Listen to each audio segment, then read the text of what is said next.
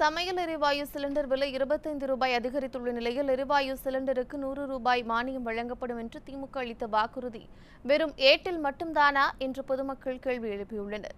Petrol diesel விலை தொடர்ந்து அதிகரித்து வருவதால் வாகன ஓட்டிகள் கடும் இன்னலுக்கு ஆளாகியுள்ளனர். பெட்ரோல் டீசல் விலை குறைக்கப்படும் என்று தேர்தல் வாக்குறுதியில் தெரிவித்த திமுக ஆட்சி பொறுப்பேற்ற பின்னர் விலை குறைப்புக்கு வாய்ப்பில்லை என்று பின்வாங்கியுள்ளது. இந்நிலையில் பெட்ரோல் டீசல் விலை தொடர்ந்து உயர்ந்து வரும் வேளையில் வர்த்தக சிலிண்டருக்கான விலை ரூபாய் 80 உயர்ந்து ரூபாயாக நிர்ணயம் செய்யப்பட்டுள்ளது.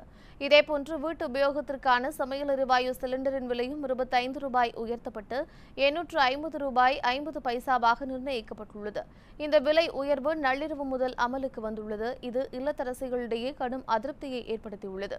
சட்டப்பேரவை தேர்தலின் போது சமையல் எரிவாயு சிலிண்டருக்கு ரூபாய் மானியம் வழங்கப்படும் என்று அறிவித்த திமுக அதனை இன்னும் ஏன் நடைமுறைப்படுத்தவில்லை என்று கேள்வி எழுப்பியுள்ளனர். தொடர்ந்து விலை உயர்த்தப்படுவதால் கடும் இன்னலுக்கு ஆளாகியுள்ளதாக அவர்கள் வேதனை தெரிவித்துள்ளனர். கேஸ் விலை பார்த்தீங்கன்னா 825 ரூபா ப்ளஸ் நம்ம எடுத்துகிட்டு வந்து அவங்க கொடுக்குறவங்களுக்கு ஒரு 50 ரூபா அது மாதிரி கொடுத்துட்ருக்கோம். ஆல்ரெடி இந்த லாக்டவுன் டைமில் நம்மளுக்கு வேலையும் இல்லை. இப்போ தான் நம்மளே கடை போட்டுட்ருக்கோம், எல்லாம் பண்ணுறோம்.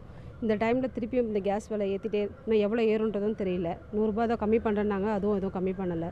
இருக்க இன்னும் ஜாஸ்தி ஆகுமா இல்லை 1000 ரூபாய் கிட்ட போகுமான்றதும் தெரியல. ரொம்ப கஷ்டமாக தான் இருக்குது எங்களுக்கு. சிலிண்டர் விலை ஏற்கனவே 825 ரூபா, ஆனால் நாங்கள் கொடுக்குறது 860 ரூபா கொடுக்குறோம். அவங்களுக்கு 30 ரூபா நாங்கள் கொடுத்தா தான் அவங்க மேலே கொண்டு வந்து போடுறாங்க. 10, 5 கம்மி பண்ணாலும் வாங்க மாட்டேங்கிறாங்க. ஆனால் இப்போ 25 ரூபாய் ஏற்றினா மறுபடியும் நாங்கள் என்ன பண்ண முடியும்? கூலி வேலை செய்கிறவங்களுக்குலாம் வேலையும் கிடையாது, ஒன்றுமே இல்லை. அப்புறம் நாங்கள் சிலிண்டர் வாங்கி கஞ்சி கூட காசி குடிக்க முடியாது.